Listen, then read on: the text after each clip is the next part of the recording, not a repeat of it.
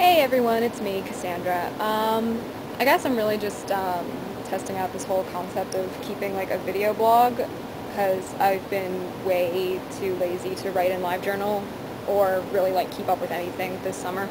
And yeah, I'm blatantly stealing this from Angelina. Love you. I guess really the only thing that I wanted to talk about, because to me like this is still mind-boggling and the story's really not going to get old for me anytime soon, is the concept of midnight releases. See, before this summer, I'd never been to a midnight release of anything, ever. Like, I mean, I had thought about it, but I wasn't all like, hey, let me stay up till 12 to, go see a movie or go, pick up a book or anything like that. No. So, it all started with The Dark Knight. Now, Adam really wanted to go see The Dark Knight at midnight the day it came out, which was fine, because I wanted to see it too. I mean, I wasn't completely like, we have to go see it at midnight, but that's fine, whatever. Well, they started seating us at 9:30. 9:30, midnight showing. We sat in that theater for close to 3 hours, and it was absolutely ridiculous, because the people were just acting like complete assholes. Like, do you remember in elementary school when the teacher would come in and be like, okay, well, I'm your substitute for today, and then all the kids would just take that as their ticket to behave, like, horribly and be obnoxious and annoying and just act up?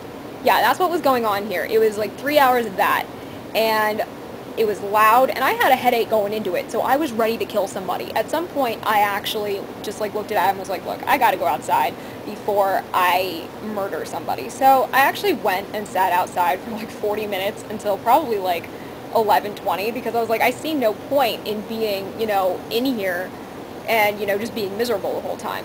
So that was fine, because, the movie was really, really, really, really good, so it was totally worth it. But I think the funniest thing is that I had actually convinced myself. I was like, okay, I just have to make it to midnight. I just have to make it to midnight. Like, I'm looking at the clock going, okay, I just have to make it to midnight. And then it dawns on me that I have a 2-hour, 40 fucking minute movie ahead of me. And I was like, oh, God damn it. I mean, in the end, it was worth it. But by midnight, I was like, can we just go home now? Are we done? Can I go home? And a lot of the problem was that it's a big crowd. I don't do crowds. I don't like crowds. I don't like being around a lot of people. It makes me very nervous. It makes me very anxious. I don't like it. So then, there was the midnight release of Breaking Dawn, which is the 4th book in the Twilight series. I know that some of you on my friends list hate Twilight. I know you do. I apologize. But let me tell you something. I picked up that book the first day it came out, the very first one, completely by chance. I was at the store to get another book, and I picked up that one completely by chance because I saw it and I was like, hey, the cover looks cool, let me buy it. So, no. I was an original Twilight fan. I am not one of these stupid Harry Potter fangirls that had, like, separation anxiety from the book and therefore, needed another book fandom to cling on to. No, that's not me. I actually liked the books because they were interesting. Okay? Alright, so, moving on. Jess and I go to the bookstore, and she'd, like, pre-ordered 2 books under her name. So we had to go in and get our wristbands, which were alphabetically numbered, because when, 11:30 rolled around, they were going to start calling us, by alphabet. A's, come up and get your whatever. So they started handing out wristbands at 10, or at least we thought. We got there, and there was a sign on the door that said, we're changing and handing out wristbands at 9. Okay, what is the point of this? What is the point of having people show up for a midnight release like 2 to 3 hours before the release? What do you think the people are going to do? Just sit around and be bored the whole time? I mean, that's certainly what Jess and I did, and I understand. Like, for Breaking Dawn, they had like a scavenger hunt and Twilight trivia. Like, they're trying to keep the younger kids entertained, which is fine. But Jess and I were like, we're not participating in this shit. We're just not. I just want to get my book and I want to go home. We sat outside and smoked and talked for until 11:20, which is when, one of the booksellers told us that we had to be in. And the funniest thing was the number of normal Barnes & Noble customers that were leaving, like, just as, the store was actually closing for, like, the normal public.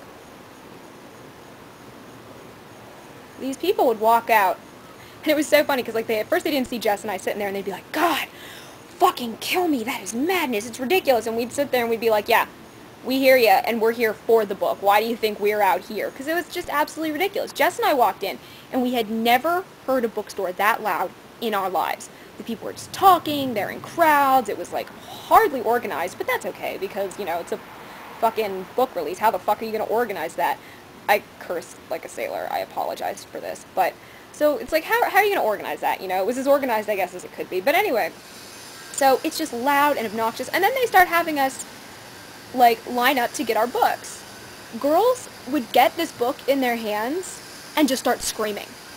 Like, you remember, like, boy bands, like, back in, like, the late 90s, where, like, the girls would just stand around and, like, wait for them to show their faces, and they'd scream at the top of their lungs like complete idiots? That's what was going on here. They would just look at the book and scream, and Jess and I were like, what the fuck is the point of this? Like, why are you screaming? It's a book. Go home and read it. You don't even know what's in it yet. You don't know if it's going to be any good. Scream in the comfort of your own home when you read it. God. And here's my theory. I've got a theory. Sorry. My point, sorry, that was a little Buffy musical for you. Never mind.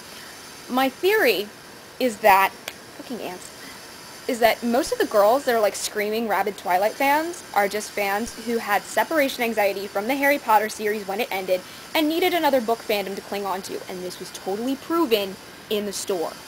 So one of the guys came like on the loudspeaker because I guess like he was trying to like entertain people, and he goes, okay, well, who's for Edward? Ton of girls start screaming. Jess and I are sitting like in the sex section because we figured that's where the little kids weren't going to congregate, and we just wanted to shoot ourselves in the face. Who's for this Jacob guy? Girls start screaming. And then, as if it was, you know, this isn't even relevant, but he still said it. Who's for Draco Malfoy? Everyone in the store, every little girl that was there except Jess and I, who wanted to fucking kill ourselves, starts screaming at the top of her lungs. And I was like, oh, right there. Right there. You are just all Harry Potter fans who fucking need another book fandom to validate your lives. Stay the fuck away from my book. Like, I picked up the book and I turned around and it's like a tidal wave of fangirls just like swarming over the book, and I'm like, no, stay away from my book. Anyway, I think the best part about the night that like made it tolerable is that Jess and I met this very, very drunk woman. We'd never met her before in our lives, and she was so funny. She had brought her 14-year-old daughter to this for, like, her birthday party, and, like, 3 other girls. So she had to buy, like, 3 books for, you know, like, for the other guests as, like, party favors or whatever. And she was hammered because they'd gone to Outback for, like, a birthday dinner beforehand. She was hammered. Like, she found Jess and I, and, like, she was standing in line with us because she had to buy 3 copies of the book, but she didn't have a wristband. But we were like, you know, you're cool. You probably hate your life right now as much as we do. You know, only you're drunk, so I'm sure it's more fun for you. So just, you know, come with us. And we're in line, and she's like, oh, we can start singing Yeti Christmas carols. She starts, like yelling, like guttural, like yelling at the top of her lungs in the middle of the line. And Jess and I were just losing it. And we were like, we love you. Like, this totally, like, made, you know, the night tolerable. This lady was so drunk when we got outside after we all got our books. She was like, oh, you girls should come back to my house so that we can drink. And Jess and I were like, no, we're not going to do that. Because A, we had just met her, and we were like, this could be like some serial killer shit. I don't know. And B, like, we had to be in D.C. at 9 a.m., and it was already 1 o'clock in the morning. So we were like, no, we got to bounce. So we went home, you know, and all we wanted was peace and quiet. Like, we didn't even play any music in the car on the way home, and we were just like, okay, we're gonna be quiet, because I don't even want to fucking deal with this. So, oh, I should mention, smoking is bad. I don't encourage it, I just do it, and, yeah, do as I say, not as I do. And I'm also sorry for looking so completely craptabulous today, but Mosh and I aren't hanging out until like 7, so I feel no need to put like an entire mask of makeup on my face and sit around for like 5 hours with a mask of makeup, because I hate that feeling. I love doing makeup, I love putting it on, I love wearing it. I do not like just sitting around doing nothing and feeling like, you know, my face is covered in crap. So the other half of it is my allergies are acting up, because I don't know if any of you have been paying attention to my live journal, but I'm pet sitting 2 cats this week. I'm allergic to cats. Like, I mean, I'm not allergic to the point where if I'm in the same room with one, I'm going to die. But I'm pretty fucking allergic to cats. And one of them always hides, so I always have to be in that house for like an hour and a half, 2 hours. Because she doesn't like it when, you know, Nancy, the mother, like the matriarch of the family, isn't home because that's like her baby. So she doesn't like it when Nancy isn't home. So Nancy told me that I have to like hunt her down to kind of like make sure that she's still alive, which is fine. You know, I don't mind doing it. They're both, you know, sweet, you know, cats for the most part. But I get home and my eyes are itching. I can't breathe. Like I'm wheezing when I breathe, and like I need to wash my entire body with antibacterial soap. It's really uncomfortable. So, ugh. I just kind of feel like bleh right now. This really isn't going anywhere.